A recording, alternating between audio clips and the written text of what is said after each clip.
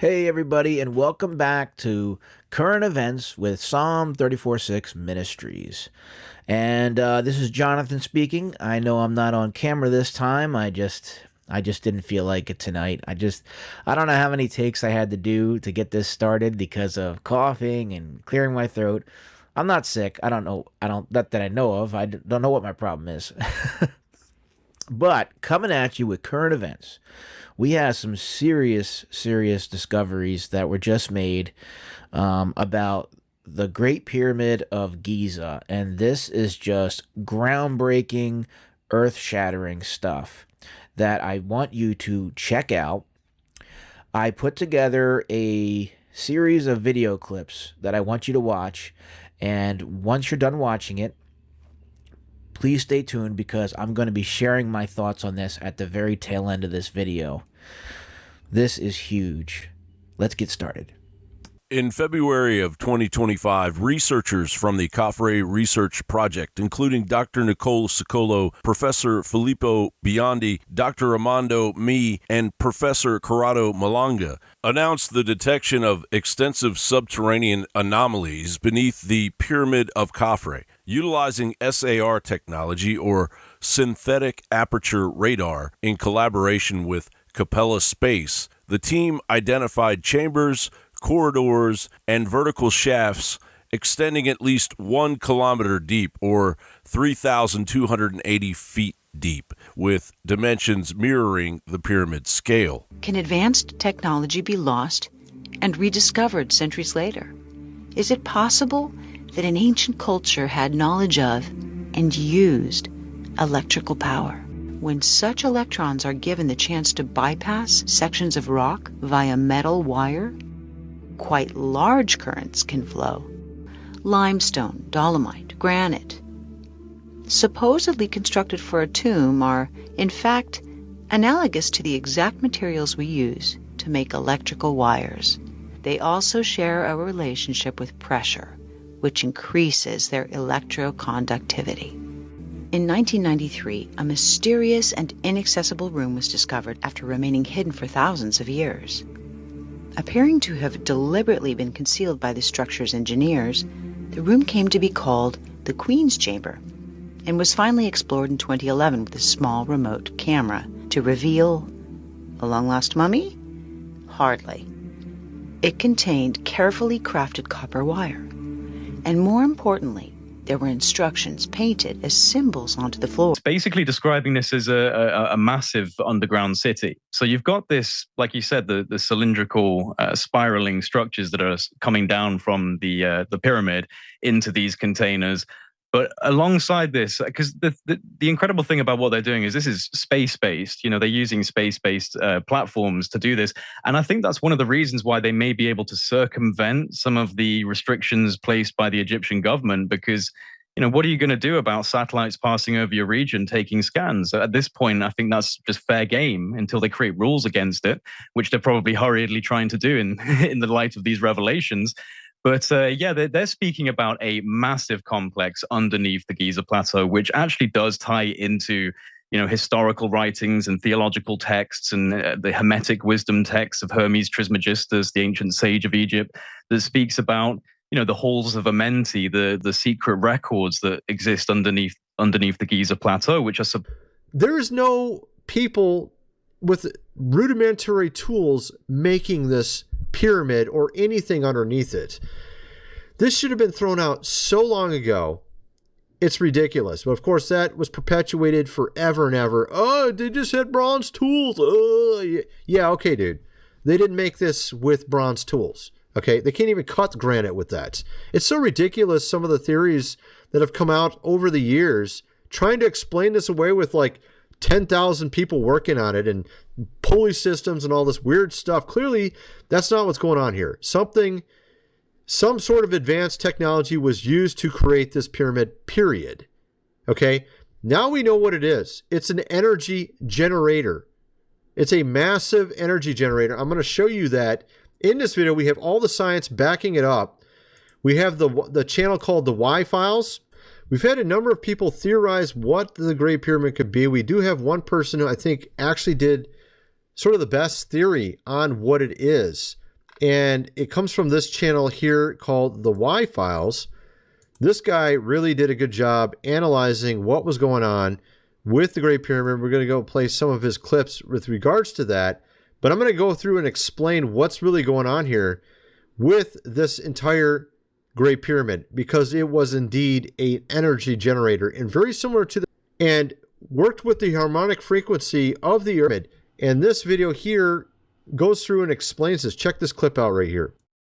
There are two interior shafts that lead to the Queen's Chamber.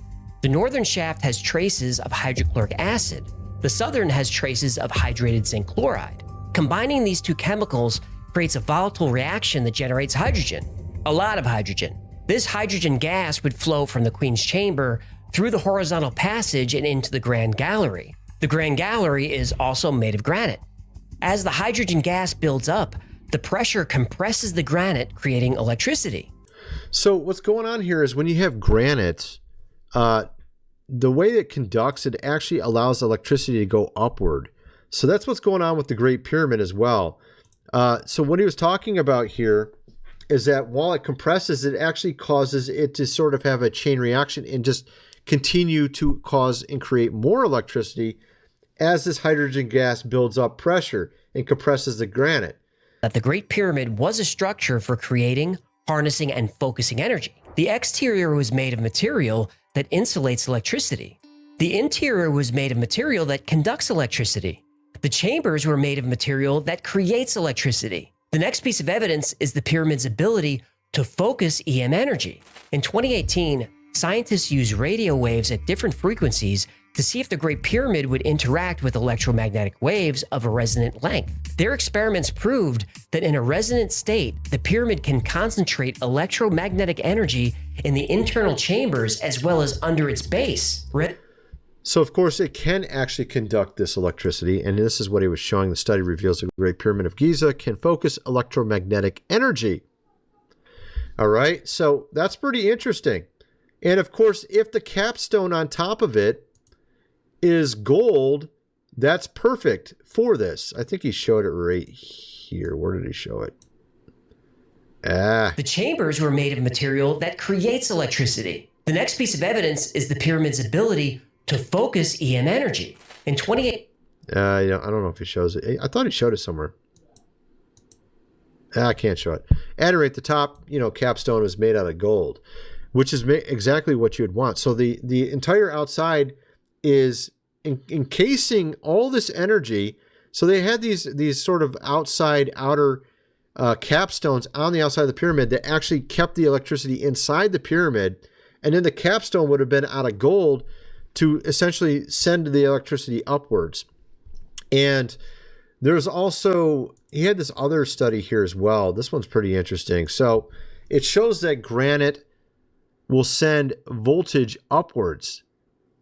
As you can see in this abstract, this paper discusses a method of combining a man-made system with a unique natural phenomenon to generate power on a very large scale by harnessing a natural reaction common to the Earth. This energy system taps into a very unique electrical phenomenon for clean energy. All right, welcome back. And what did I tell you? I mean, this is amazing stuff.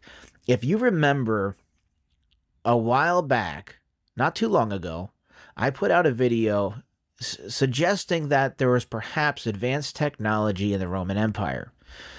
Now, with what we're finding out with these pyramids, this is massive. So basically, these pyramids are turning out to be power plants that are producing this energy that anybody who lives nearby can get basically electricity. So this changes everything. Did they have power back then?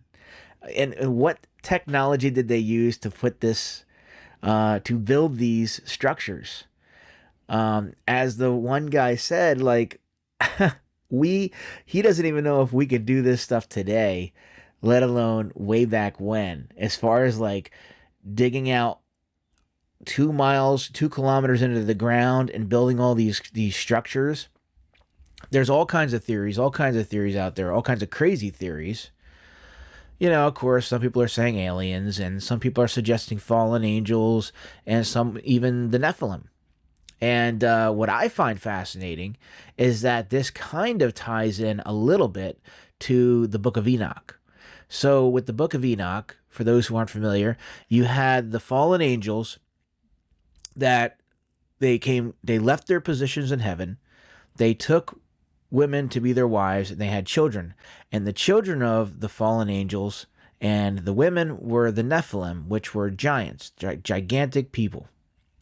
And some are suggesting that it's perhaps the Nephilim who had a part in building these pyramids. And also, in the Book of Enoch, it talks about how these fallen angels were teaching people, the human race, all kinds of things, all kinds of knowledge. Some knowledge not so good. But anyways, this discovery with the pyramids is just, like I said, it's earth-shattering. I don't know how the government's going to cover this one up, because I don't think they wanted this information out there.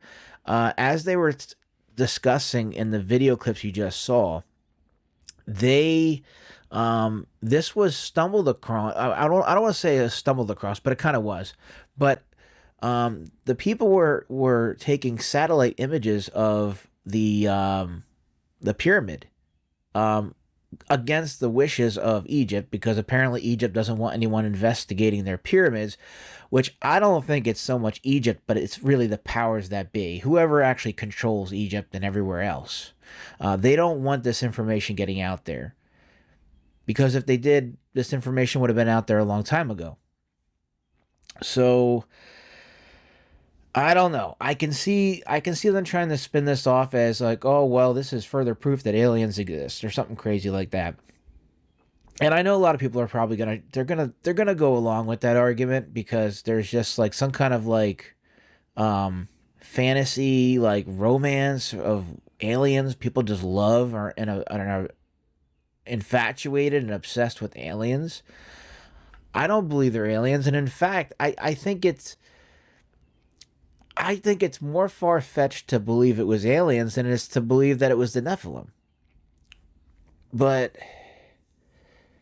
either way, however these structures were built, we have some explaining that needs to be done. Like how I've been saying for a while now that I just find it really odd and really suspicious that if the Earth is 5,000 or 6,000 years old, why is it that, because I don't believe the Earth is millions and millions of years old, like you have some scientists claim, but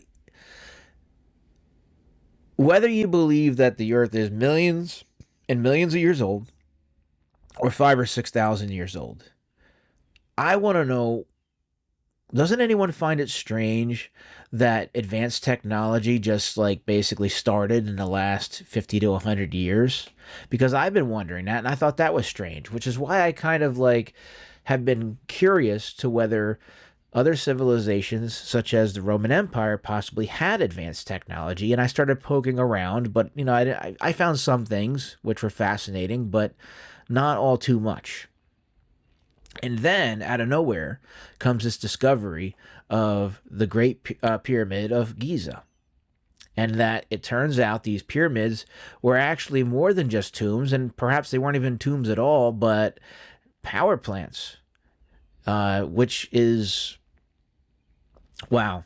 So, like I said, I think there's like someone said with one of these videos, this is just scratching the surface. I mean, wow. Oh my gosh. Like, this is crazy. You know, I don't want to get into it in this video because there's just too much, and I don't have anything in front of me right now to discuss about it, but this, I can't wait to see what JT and his crew say about this on the JT Follows JC YouTube video, because they talk about the mud flood, the mud flood a lot, and they talk about partial preterism, and they talk about how, how we're in Satan's short season, and that the 1,000-year reign had already taken place.